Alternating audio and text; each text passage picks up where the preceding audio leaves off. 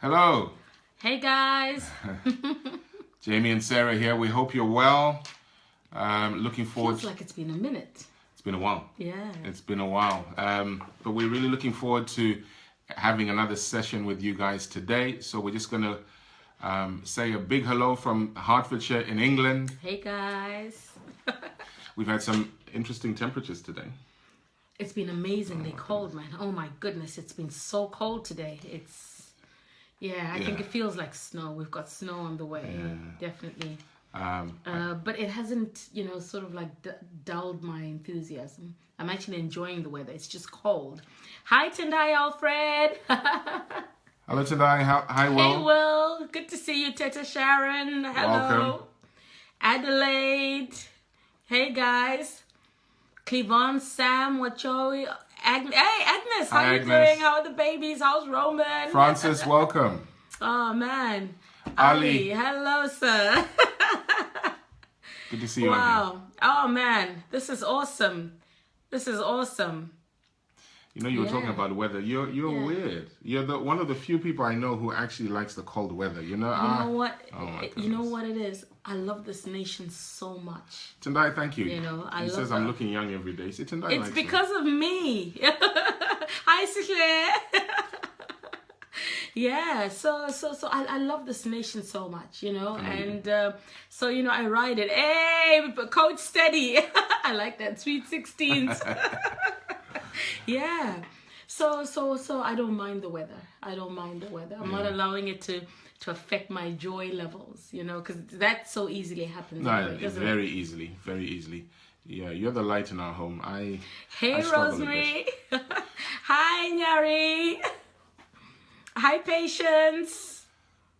Memory. Oh, wow. People are joining in. Thank you so much for coming on this, guys. Hey, Nasha Lorraine. Oh, wow. Hi, Much love from Ireland. Oh, nice. Ireland in the and house. Rose, we miss you too. Thank you for being on here. Thank you so much. Thank you. Wow. Hi, Goods. Cape Town. Cape Town in the house. Remember when Adalia used to say Cake Town? Cake Town. Has Daddy gone on business in Cake Town? Cake Town. So hello from hi Memory. Cake Town. Hi, Helen. Hello from Angola. Oh, wow. Hey. Blessings from Angola. Wow. Bermuda in the house. Good to see you, Lamont. Hey, Oh, wow.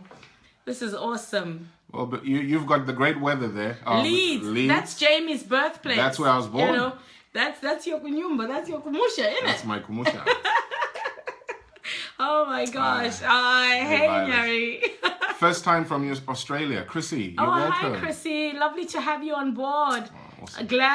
Good to see you too. Yeah.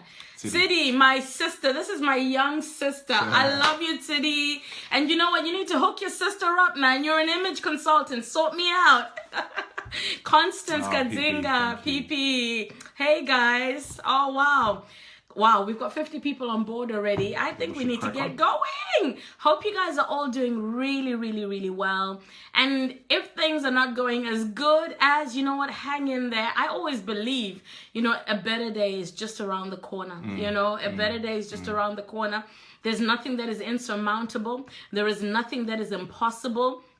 So whatever you may be dealing with right now, don't allow it, to become larger, than your capacity to walk through it. So, but I really hope everyone's having a great week so far. Will, that was nice, Pastor Jaimie, that your wife is oh, did you say that? Yeah, I try, Will. I do okay. You know how to say the right thing. Hi, Caroline from Liverpool. Oh, wow. Sharon. Destiny. I like that. Wow.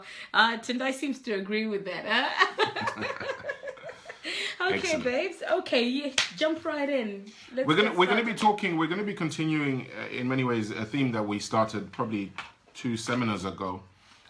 Just dealing with destructive marriage behavior, because we wanted to flesh that out a little bit more. Just put it out there. Deal with it, make sure it's not in our relationship so that we can actually enjoy these relationships, because I guess that's the key. We're not married. I've never met anybody who gets married because they want to be unhappy.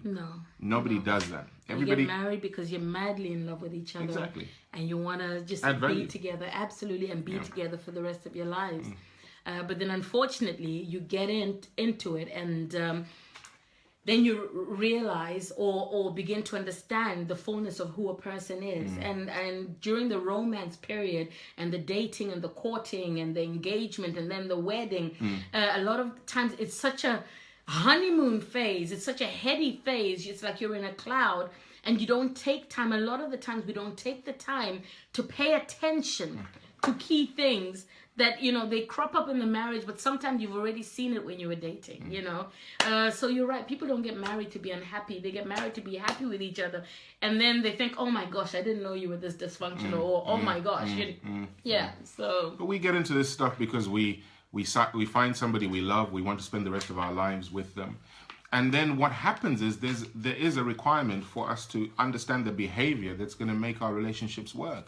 That's right. I think it's so important, because if you don't, you can destroy the very thing that you love so much, and you can destroy the person you love so much. So absolutely. Really, Hi, Sandra. really what we want to do today is just talk about this stuff again, put it out there. And remember, this is interactive. You know, your comments are important. Put it out there so that we can talk about it, discuss it, debate it, agree, disagree. It doesn't matter. But we want to put it out there so that hopefully we can help somebody that's on this call. Wadzanai, welcome. Thank you so much for joining us today. So we want to begin. Are you going to start us off? No, baby, you go for it. You start things well. Okay, so we said we wanted to entitle this, and we've entitled it Destructive Marriage Behaviors. And we wanted to deal, we've got about 5 behaviors that we want to put out there, and we will flesh them out as we go along. But the very first one is criticism. Yeah. I don't think anything is as heartbreaking and soul destroying in a relationship and in a marriage as, you know, criticism from your loved one. Because when you criticize me, you see, to me, you're the most important person in my world. And I want to make you happy. I want to impress you. I want you to always see the good in me. And so when you have an issue with me, which is natural and understandable, but when you tackle it by criticizing me, that puts me into defense mode, and it puts me into fight or flight mode. And you know, I always go into fight mode. It's rare for me to go into flight mode, you know. When we've had time, I'm going to share a story from when we were 21, and I'll tell you she's a fighter. But that's for another day. So when you criticize me, it breaks something on the inside of me. Yeah. So I'd rather you know, it's how we deal with it and how we tackle with issues where you have an issue or I have an issue, or, you know, guys out there, you know, you've got an issue with your spouse and or your girlfriend and your boyfriend. The way you tackle it is not by criticism, because criticism can be so devastating. It's in the tone of your voice. It's in the look in your face. Sometimes you can be so displeased by someone, and it shows in your face, where you're like, you know, you're so unimpressed by what, you know, your girlfriend, your boyfriend, your husband or wife has done, and you know, it shows in your face, and that can be so destructive. It's just the same as, you know, we're parents, and how we even deal with our children. If we show that angry face, you see them crushed. It crushes their spirit. And it's the same thing even in a relationship. No, absolutely. So what I'm hearing is, we're not suggesting for a moment that you don't confront issues. We have to. You have to deal with issues. And, you know, we've actually got another session we're going to be doing, which we've entitled The Conversation. And that I think that's really going to bless you. But we're not suggesting for a moment that you don't confront the issues, because that's unhealthy. Absolutely. What we're saying is, you have to be able to understand the importance of speaking to the issue and not crushing the person. Absolutely. So the communication becomes important. Absolutely. It's me saying to you, this is what you've done, but that's not who you are. And actually criticism, some of the hallmarks or the language, I guess, of criticism is words like always. You always do this. This is something that we learned early on in our marriage, because I didn't realize it. But when I get upset with Jay, I'll, you know, go into, you always do this. And then one day he turned around and he says, you know what, Sarah, the minute you say always, I check out. Because for him, those are just fighting words, you know. So it taught me to change my language and deal with the issue at that time. So it can be, and the thing, couples argue for the most itty bitty things in the world. So it can be the toothpaste. You always squeeze the toothpaste in the middle. You always leave the toilet lid up. You always leave the windows open. The minute you go into that, you put your spouse, your partner into defense mode. Tackle the issue. Honey, you know what? Please, with the toothpaste, I think it would be awesome if we start by squeezing it from the bottom. Husbands out there, if we start by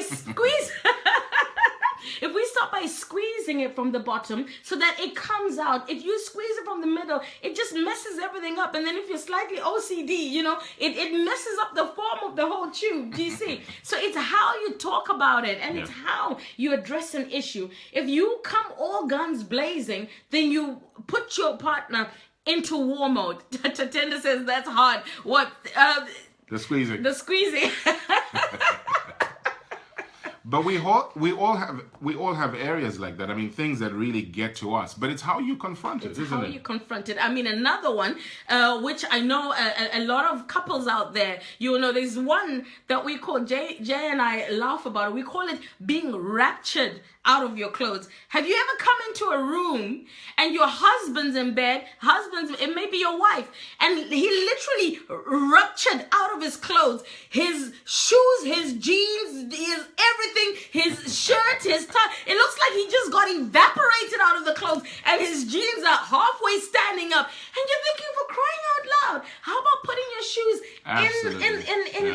in the closet? How about just folding your things and putting them away? So that's when, you walk in and you're thinking, I'm going to kill this guy. I'm going to kill this guy. You always leave your clothes in a mess. And then, boom, you've got an issue. That's right. That's right. So we have to figure out. Yeah. My big brother is on for I might say, hey, I love you. Hey, Benson P. boy. Oh, nice. So the issue is we have to be honest with one another, confront whatever it is that's really bugging us, but not damage the person in the process. Yeah. I remember some years ago we did a little, I guess it's a game with some of our couples, and we entitled it, I love having you in my bed, but I hate X. Yeah. And it was designed to confront people and for people to say, look, I enjoy this about you, but this drives me absolutely potty. And it was interesting to see the things that people brought up. Some of the things that people brought up. Angie, I went to school with Angela. She's experienced the rupture. So she knows, yes, Rotendo, ruptured, He evaporated out of his clothes and they're still standing there halfway, But when we did that, I love sharing my bed with you, but I hate sharing our room with you, isn't it? Yeah. And some of the crazy things, that happen in people's homes. So people would say, I love sharing my bed with you. You're awesome. But you know what? I hate the fact that you eat in the room. Do you see what I mean? And that's a big one for me. Crumbs in the blanket. No food in the bedroom in our house, or else it just drives me nuts, because I think when we're growing up, my mom would say, who takes food to the bedroom? Are you a rat? You want to eat in the middle? For those of you who understand, Sean, my mom would be like, Sean, so I don't eat in the bedroom. No, do you see? No. So it's little things like that. I love sharing my bed with you, but I hate sharing my bedroom with you. Yeah. And then it's understanding that you're gonna have stuff like that because you're two different people and you come from two different backgrounds, but it's how you say it. It's always how you say it. Absolutely. And ladies, if I can say this to you, one of the major challenges that I know women have is the ability to start talking before you've processed.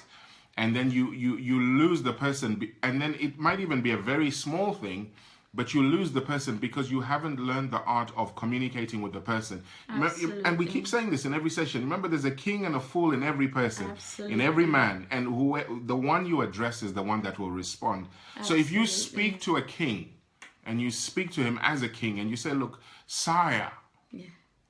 My king is, you want me to say sire? Okay, sire. This is what you've done. This is what you've done, sire. But you can't do it. No, that didn't work. I think the issue we're getting at is you have to be able to confront the behavior, but do it in a way that doesn't crush Absolutely. your spouse. That's Absolutely. very It's very so important. important. So So important. guys, we don't keep issues, bottled in. Will says hallelujah. Yeah? Pam is gonna have to call you sire and king now. So Much. don't much. Hey babe. So don't keep the undercurrents and the issues, sometimes real issues. Don't not deal with them because you're scared that you'll go into an argument. Deal with them, but aside, Jaimie. But it's how you approach. If you come with a condescending voice of criticism, then you lose the person and you lose the whole situation. It descends into a fight and into an argument. I think one of the other things that we did years ago for us that actually really works was in the early days we'd say, look, if you've got an issue with me, don't just tell me about the 2, 3, 4, 5 things that you don't like about me or that I'm doing that are really winding you up. First of all, exactly, share it. First of all, talk also about the good things. You've got to build a person up. You know what I mean? Now, this is not building so that you can crush them. No, but you've also got to make the person feel appreciated, make them feel valuable, make them feel worthy, make them feel appreciated, and then find a gentle way to talk about it. Yeah. Well, I think the key is, and I think you touched on it, for every negative thing that you're going to say 5 positive things. Absolutely. Hi, Mama. Because the way we're wired, and I know Mel is on here. Hi, Mel. Wow. The way we're wired is you can say one negative thing. Yeah. Positive reinforcement. That's a good one. Yeah. You say one negative thing and that's all somebody hears. But, That's right. But if you say 5 positive things, look, you do this amazing. Wow, look at this, look at this, look at this.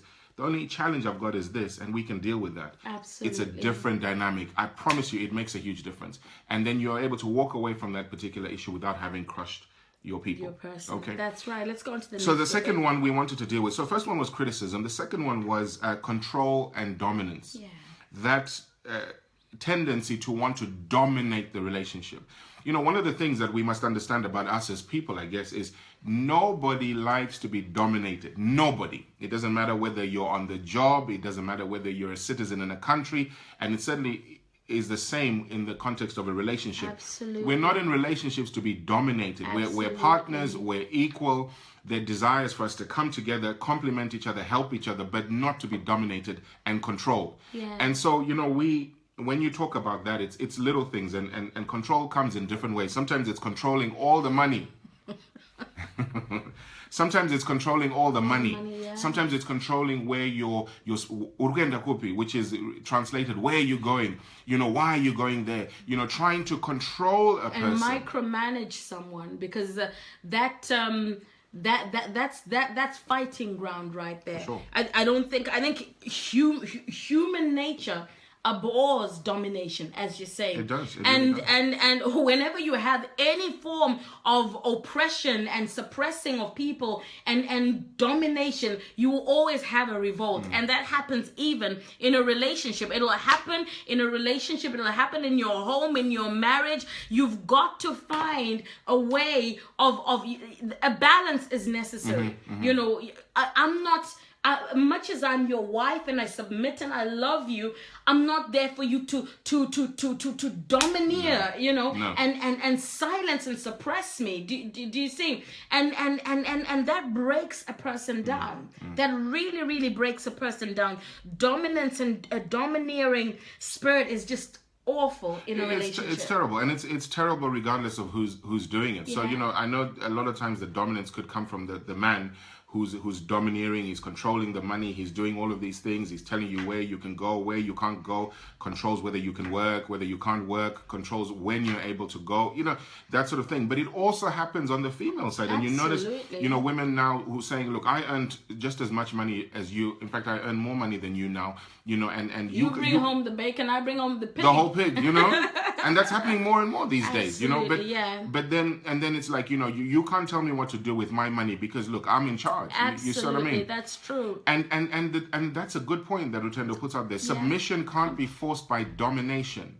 It has to be done willingly. It has to be done willingly. Submission Absolutely. is not you will obey me. A matter of fact is Absolutely. if you have to keep reminding people, if you have to keep reminding your wife that you are the man, I'm the man in this house, this is my house, Then you've lost it already. you've lost it, and Yeah.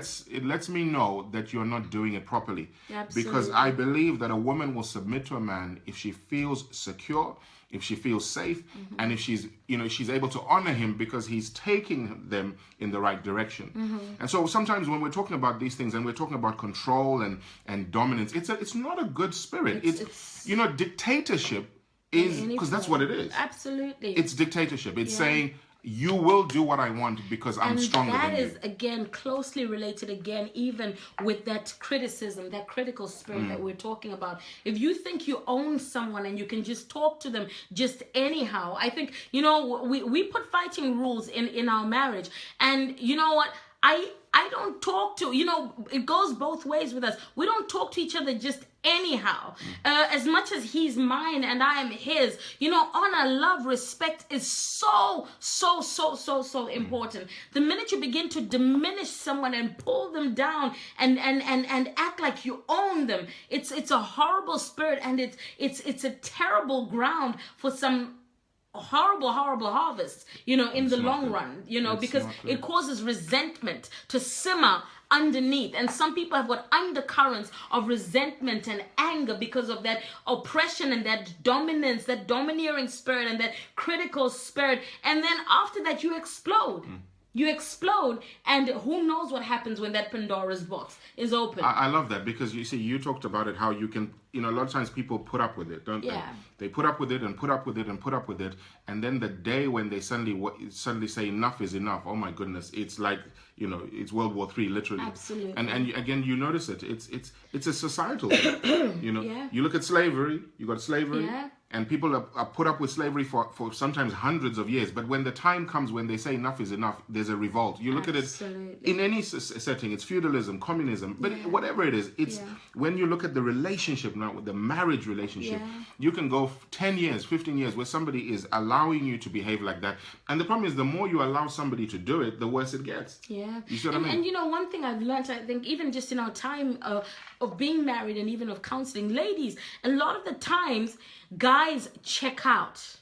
If you are domineering and condescending and critical to him, a lot of times a guy will check out and you don't even realize your guy is no longer there. The form, the physical body is there, but mentally he's checked out a long time ago, So we've got to, if we keep love at the center of everything that we do, out of love pours, respect and honor and self-control. Out of love pours out even cutting, each other some slack. You don't keep a record of wrong. All of those things pour out of love. The minute love is removed from the center of a relationship, and then you begin to own someone and to dominate someone, you've lost the person. Absolutely. That's right. And I like that, because you're so right. I mean, men will get to the place a lot of times where they just don't speak anymore.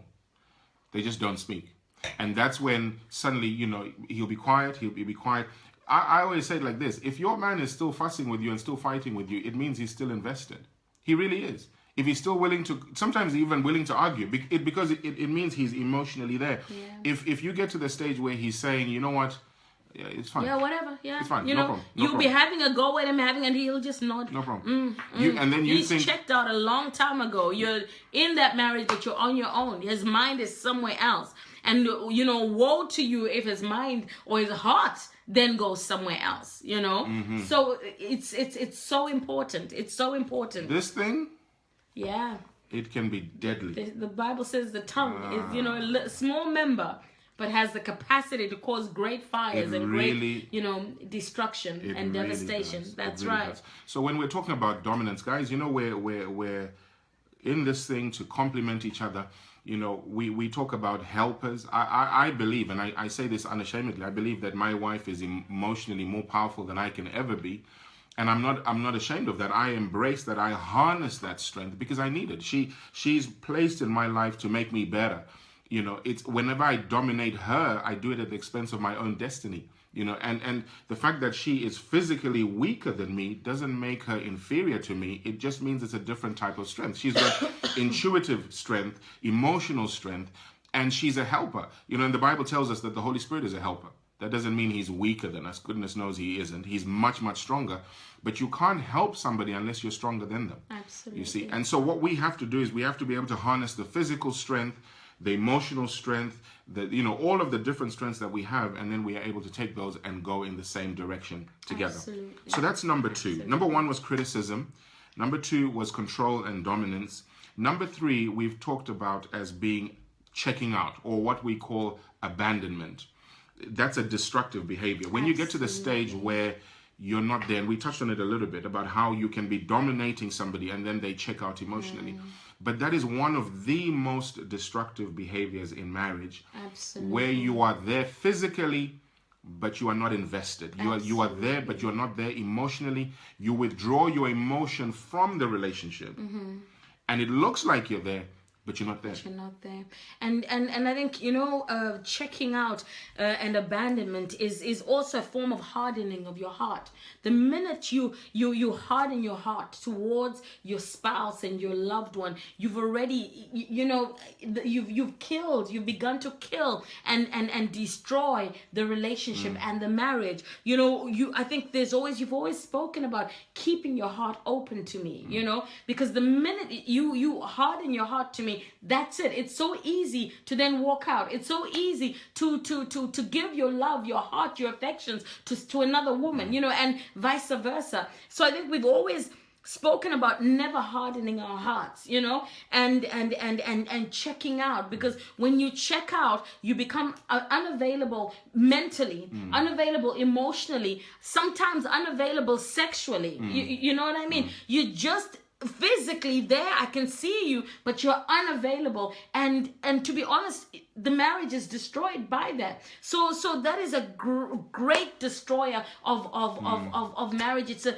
terribly destructive behavior, and it's something that's got to be curbed and dealt with. And the thing is, sometimes people will check out because of issues in their past. So sometimes it's an inability to deal with confrontation, because sometimes maybe based on the way that you were raised, and based on the way maybe even your parents used to speak to you, you don't like conflict, so you back down, and then after backing down, you feel anger and resentment. I should have said this. How many of us have done that? I wish I'd said this. I wish I'd said this. I wish I'd said this. And then after that, you develop resentment, and that hardening of the heart comes in. I love what Angela Mtasa has just said. Angela Patel. She says when a captain abandons the ship, it's sinking. Absolutely. My gosh. When a captain abandons the ship, it is absolutely sinking. The marriage has gone to pot, or rather gone to the fishes. True. But isn't it interesting that and I like that, just using that analogy, I guess a little bit more, is when the captain abandons the ship, it starts sinking. It doesn't sink immediately, but it starts sinking. So it can actually be going on its journey. It looks like everything is fine, but eventually it's gonna just sink. Really, really sink. Yeah, it's going, and then sometimes you start bailing water out, but what you want is to actually fix the hole, mend the issue. Don't be scooping water out, Mend the issue and deal with it. Somebody asked the question, how do you deal with somebody who has hardened their heart? I think that's a good question. And I want to put that to you. What are your thoughts on that? So you're in a situation where that hardness has happened. You don't want it to happen, and you need to deal with it on an ongoing basis so it doesn't happen.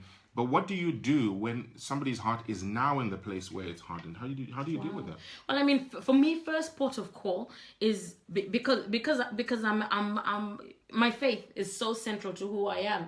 I'll pray about it, because from there, that's when you get the wisdom even to deal with it. There's some things you need to sit down and recalibrate. Sit down, take things in, pray about it, think about it. Before you begin to deal with it. That's one of the first things I'll do. I think it's critical, because I learned early on that you can never hate somebody that you pray for consistently. Martin, good to see you on here. Welcome. you can never hate somebody that you pray for consistently. Yeah. You know, it's interesting, you know, when you've got somebody that maybe has done you wrong, and you're willing to submit and say, you know what, tell you what, I'm not going to deal with them the way I feel like dealing with them, but I'm actually going to pray for them. And then what you do is you begin to pray. And when you do it initially, you don't want to do it. You, with every fiber of your being, you don't want to do it. But the more you do it, you begin to... Hi, Mom Josine. You begin to find your heart, you know, sort of softening towards them. That's right. Yeah. Doc, welcome. Brighton, welcome. Hey, Dr. Chireka. Thank you for being on here. Hi, Bobby. So it works. Yeah. You know, it works. Prayer does really work, but Bobby's saying that prayer really works. It does. Because I think when you begin to, and then also, you know, what you begin to do when you do that is you start to see the person with a different perspective. Absolutely. All of a sudden, you're no longer looking at them based on, you know, what they've done, but you almost get an insight into who they really are. Absolutely. You know, because everybody, look, you know, like we were saying in the beginning, nobody comes into a relationship to hurt each other. Yeah. Sometimes our hearts are hardened when we come in. Absolutely. You know, before, it's not even stuff that's happened within the relationship. What happens within the relationship kind of maybe pushes it in that way sometimes. But sometimes it's a product of where we've come from. Absolutely. So if you're in a relationship and whoever you were with hurt you, or they cheated on you, or they did whatever. And you think you're seeing a pattern. Yeah. You know, whatever happened in the previous relationship. Exactly. All of a sudden you think, boom, I'm not gonna go through this again. Your defenses go up. Yeah. You see. Yeah. So we have to understand that it is possible. It is possible with work and effort and energy and love. Because I do believe love conquers all. Absolutely. I do believe that love conquers all. Absolutely. You know, evil, and just to sound a bit, you know, sort of theological a little bit here, but understand this, that love and evil, or love and hate, or good and evil are not on par. Yeah. They're never on par. Hi, love Chico. is always a superior law. Yeah. You know what I mean? Absolutely. Just like good is always a superior law. When you exercise good, evil has to submit. When you exercise love, hate has to submit. Absolutely. So it's just a question, I guess, of are we prepared to do that? Are we prepared to love when somebody has done us wrong? Are we prepared to do what's right when somebody has hurt us? Yeah. Because if we are, yeah, then we're in charge. And you know, to the person right now, because I know out there will be Chipo, people. good to see you. Hi, Chipo. There will be people out there in relationships right now where there has been a hardening of the heart of either both parties or one of the parties. You know, you've got to be prepared to know, first of all. You see, when you tell yourself, I'm in this thing for the long haul. Marriage and relationships will go through seasons, you know, and there are seasons where you're just thinking, what am I doing here? You know, but it's to buckle up, because you're going to ride it out and ride the storm. But you've got to be prepared to love your spouse through it all. You've got to be able even to pray for them and love them, even when they're showing you an awful side of themselves, even when it feels like all your love is bouncing off them, you know, they're deflecting it. And even when it seems like this looks like a lost situation, one thing I've learned is things are not always the way it looks. No. You know, you can never, just like you were saying just now, Jay, shower someone with love and reap a negative harvest. It's impossible. So even if you're in your marriage right now, you guys are in a really rough season right now, and there's the hardening of hearts on one of you or both of you. You know what? You pray that thing through, because the wonderful thing with prayer, you know, initially you start off thinking you're praying, I'm praying, you know, Lord, soften his heart. But you know, as you pray, God begins to deal with you. And you're able, you know, and it enlarges your capacity, and it enlarges even your ability to love. It enlarges your even, it gives you compassion, because as you were saying, sometimes people will harden their hearts purely because of negative things that have happened in their past. So maybe something has worked as a trigger to excess baggage that we're carrying around with us. Do you see what I mean? But what prayer does is it gives you an inner peace and inner fortitude, you know, to love that person despite their being so nasty and so unlovable, you know, being a right little tinker, you know, but loving them through it anyway. And no one can resist love. I tell you, there's no way you can reap a negative harvest in the long haul. No. Yeah. But it's also what it makes of you. Yeah. Because when you begin to operate at that level, we are all human beings. Tendai is saying it's painful to give love and it's not received. And that's true. It is. That it's very true. Very, very true. Wow. Carry on, baby. Sorry. But what, you know, what we're saying is it's amazing what it makes of you. Yeah. You know, isn't it interesting? And this, I'm just throwing this out there, but isn't it interesting that with wives, for example, wives would, or mothers, let me say mothers will do anything for their children.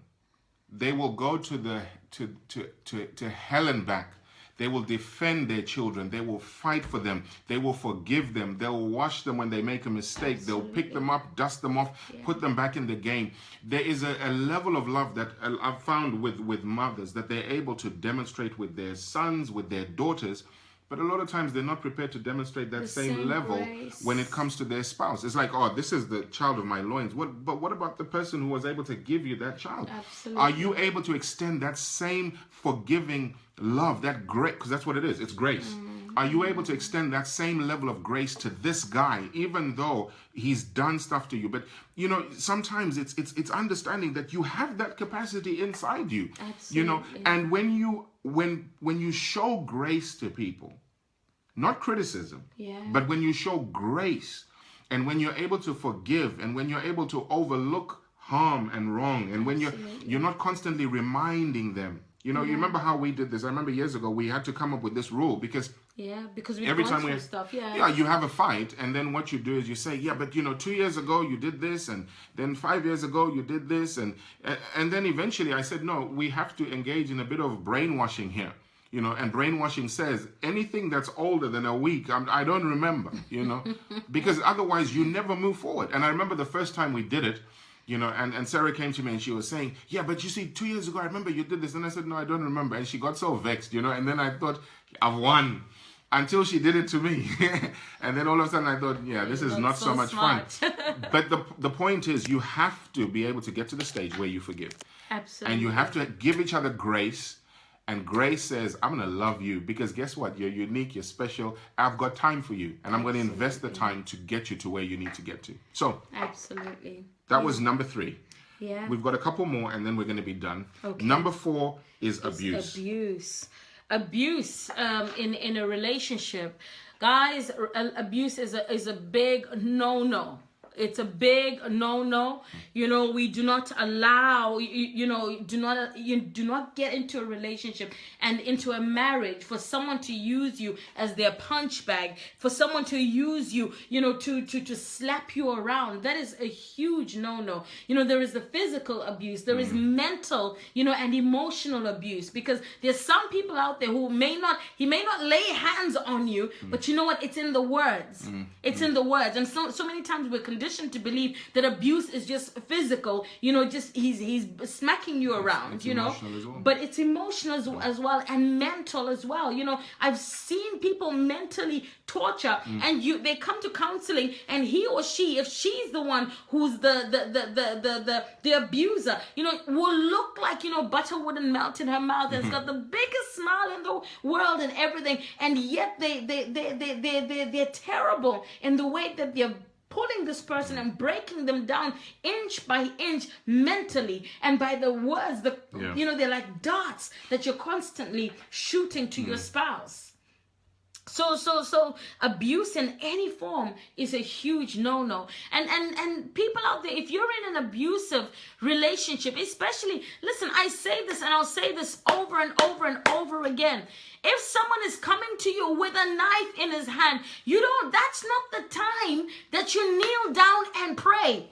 Pray in your heart, but engage those legs if they work, and run. Because you will just be a statistic. You will be a dead Christian. That's what you'll be if you were praying. You'll be a dead praying person. You need to get out of a situation if your life is threatened. You cannot stay there. If someone is punching you until, you're unconscious and you wake up, you don't know how long you've been out of it, or she's hitting you. Because these days we have women being the aggressors as well. You don't stick around for that. Find a safe place and then try and deal with it. If the person is not prepared to change their ways, then you know what? Those are some of the grounds and times that you've got to consider going your separate ways. I am nobody's punch bag, you know, in the same way that you're nobody. Well, I couldn't punch you. You know, you're 6'5". But you'll be amazed. You'll be amazed at what women can do with those nails and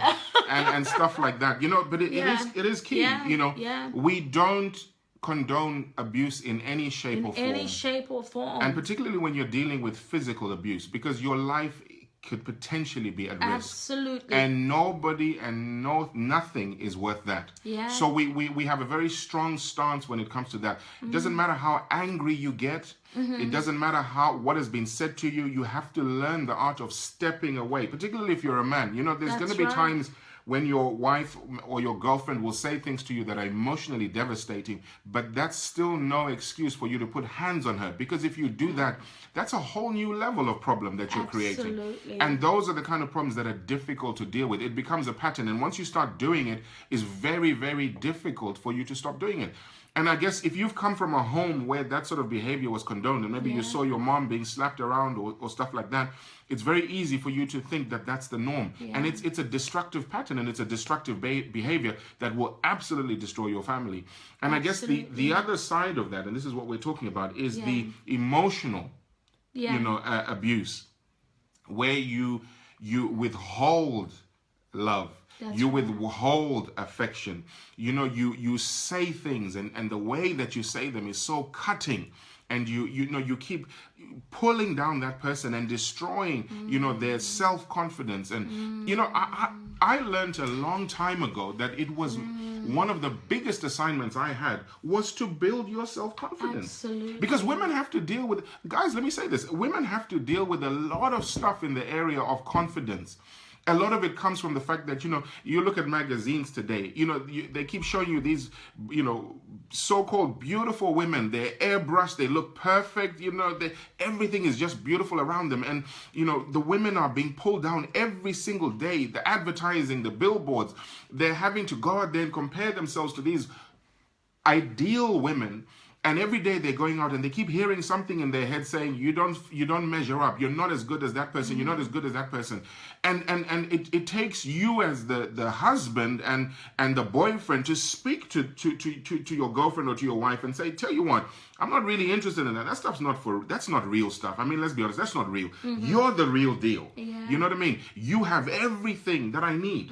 You know, and you might not be, you know, you might not be 6 foot tall and a dashing model. I will never be 6 foot tall. You hear me? I always say, I'm 5 foot nothing. when I met her, I thought she was gonna grow, but there you go. Anyway, the joke's on him. so you know, it's important for us to understand we've got that capacity, whether it's from the male side, whether it's from the female side, to not abuse, but to actually build up. And you know, someone just spoke about how, you know, you see the signs, and it's so true, guys. So many times when you're actually dating and courting, you see the signs of abuse. If your boyfriend, girls out there, if you're dating right now, he hasn't put a ring on it, you know, and you have not walked down the aisle, you have not entered the marriage covenant, and he's smacking you around, you need to cancel to come out of that relationship today, not tomorrow. Don't wait because you justify, because you love him, you say it's just a slap. If he can slap you today, he's going to punch you tomorrow, he's going to stab you the next day. You must not stay in a relationship that is physically, emotionally, mentally abusive. No one has that right. You empower someone. If they keep on battering you and beating you around, and I had aunties who had no teeth in their mouths because the husband had put his hands to her and she had no teeth in her mouth. One time, my parents, we had family, you know, members come, and my auntie had a double, you know, she'd mastectomy? Yeah, absolutely. Both breasts, you know, removed. And I happened to go in the morning with the tray at 6 a.m. with tea on it. And I knocked and pushed the door open. And, you know, she just had this operation done. And he was pulling her hand and pulling and prodding. She was sore. She had just come from that operation. I remember I was about 14. But even then, and the thing is, up to that moment, I'd always loved that uncle. Subliminally intelligent. He was a professor, an intelligent man. You know, just an amazing person out there. But what he did to his wife, because you could see the pain in her eyes. You could see the anguish. And this man was torturing her. He was, and that's the day I made up my mind as a 14-year-old. And I said, I prayed. And I said, God, I can take a lot of things, but a man who cheats on me and a man who beats up on me, I'm not doing it. I'm not doing it. I'm not doing it, you know. And you've got to set the parameters. If you're in a relationship, guys, and you know she's slapping you around and she's punching you and she's humiliating you, or he's doing it to you, the signs are there. The handwriting is on the wall. Don't think that you will be able to change him, because there's women, that's a thing that we do. Sometimes we think, you know what, I will love him better. I'll be able to change him. If Mr. Man is a batterer, if he batters you now, he's going to batter you in the marriage. Absolutely. When he thinks he's got you and he owns you. So abuse in any way, shape or form is a no-no. Absolutely. We must not allow it. We must not condone it in any way, shape or form. I mean, the statistics are actually quite bad right now, because we've had so many couples. In the UK alone, we've had so many guys shooting, stabbing, you know, their wives, and women doing the same thing to their husbands. It's a global phenomenon right now, you know, and it's something that's got to be dealt with, you know, and sometimes, unfortunately, churches do not know how to handle and deal with this. You know, pastors, your member comes and she tells you that this man is beating up on me and he's pulling out a knife on me or a screwdriver, and you tell her, don't worry, sister, we're going to pray and we're going to fast. There's some things you've got to deal with head on. Don't try and fast it away. Don't try and pray it away. You've got to deal with it head on, or else that church member will be a statistic. Do not, if someone comes to you and they're battered and they're abused, you do not send them back home. No. Into that situation without taking control of that situation. You have to do it. Absolutely. Very important. You can tell I'm passionate. No, it's a real thing, and we've got to take it very, very seriously. So, guys, we're drawing to a close here, but I just want to read, the newest trend in Zambia is wives killing husbands. Wow. That is just such a no-no, Jasmine. It's just a no-no. It's not right. No. It's not right, and no one should ever have to live like that. You don't marry someone and get married to someone only for them to be the one who takes your life into their own hands and snuffs your life out. No one has that authority. Do not give anyone that much power over your life. Hey, Patience. Hey, my big sister, Patience. Good to see you, sis. So we don't allow anyone to make us their punch bag, you know. I was creating that post with a Louis Vuitton punch bag. So sometimes you're all togged up to the nines, and you look good, you drive good, you live good, but you're battered and you're abused, and you don't want to go because of the trimmings and the frills. You've got to weigh up now. Am I staying here because of the benefits, or do I move and run with my life? So it's important. You've got to deal with this. Wow, she said husbands cheat and then wives get bitter. Wow. So these are women who are feeling like they're not being heard, you know. But you see, murdering your husband is never the way out. You know, because you make your children lose their father, you lose your own life because you go into prison. That's not the way that you two wrongs will never ever make it right. I think one of the issues is obviously, you know, there's so much passion and so much emotion involved in relationships. You know, that's why people end up doing a lot of this behavior. And I remember some years ago, there was a statistic in Russia, actually. It said 50% of murders in Russia were marriage related. Yeah, crimes of passion. Crimes of passion. Yeah. But you know, again, we've got to learn how to harness that strength. Absolutely. Because the consequences of not doing that are so dire. I mean, you lose your entire destiny because of that sort of passion. You've got to be very, very careful. That's right. So, guys, we're drawing to a close now. We've talked about 4 destructive marriage behaviors. The first one was criticism.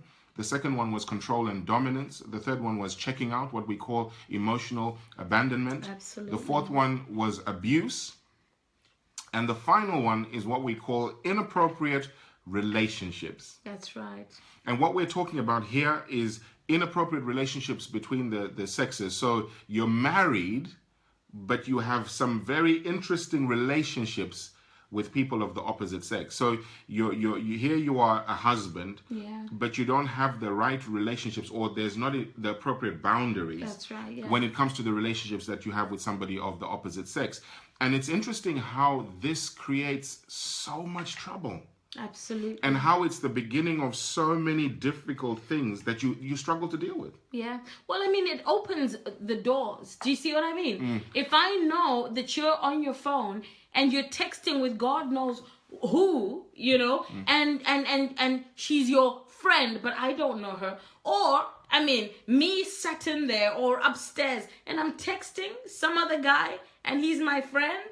I don't know, but that doesn't work in our home. I don't know about you guys, you know, but that doesn't work in our... my little sister from Australia. Hi, Mo.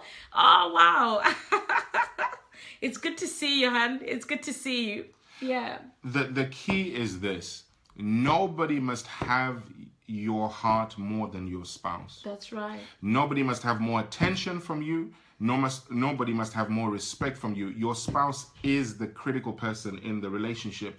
So when we talk about relationships, let's be clear here. We're not talking about, you know, you having no friends of the opposite sex or having relationships on the job or so on, but it's understanding the parameters. Yeah. Because that's where a lot of the problems start. And you know, it's one of the things that's really interesting with our generation, possibly more than ever before in the history of the world. Yeah.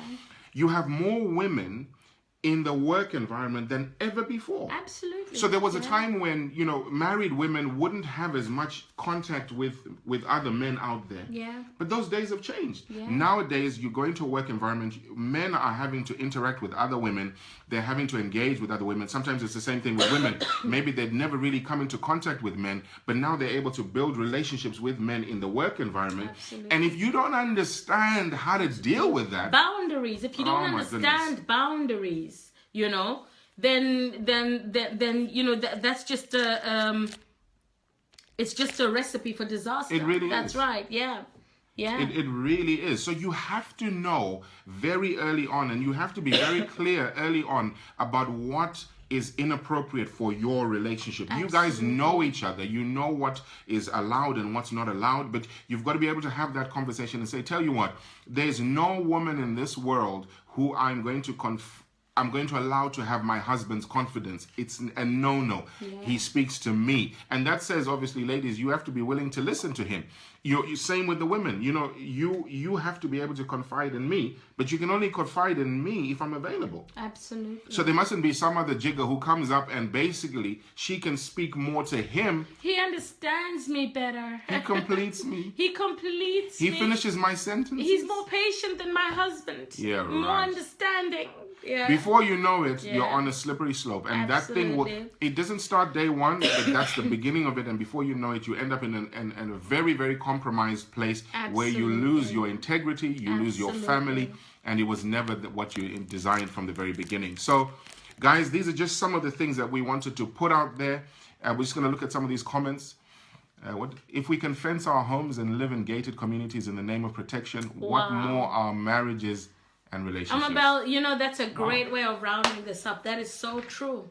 You know, we put fences and electric fences sometimes around our homes, you know, and we live in gated communities, and we protect our children, you know, our property. We protect our property, we protect our jobs, you know what I mean? We've got to protect our marriages, you know, and our relationships. It's important to have the boundaries, to understand, yes, we're friends, but this far, you know, and any friend that I have that you don't know about, or you, then that's just no-go zone already. You know, the flags and the alarms are going, you know, so it's no good. I learned, this is the final thing I want to say, I learned a long time ago that it was okay for me to be jealous about my wife. and to be unapologetic about it. Because, you know, when I was reading the names of God, you know, when we talk about the names of God, oh, God is this, he's Jehovah Jireh, he's my provider, he's Jehovah this, but one of God's names is jealous. And his name says, that name means you belong to me. That's right. You're not there for other people to have their fill of you. You're not there for other people to be able to enjoy you. You're there for me to enjoy. I'm supposed to satisfy you. You're supposed to satisfy me.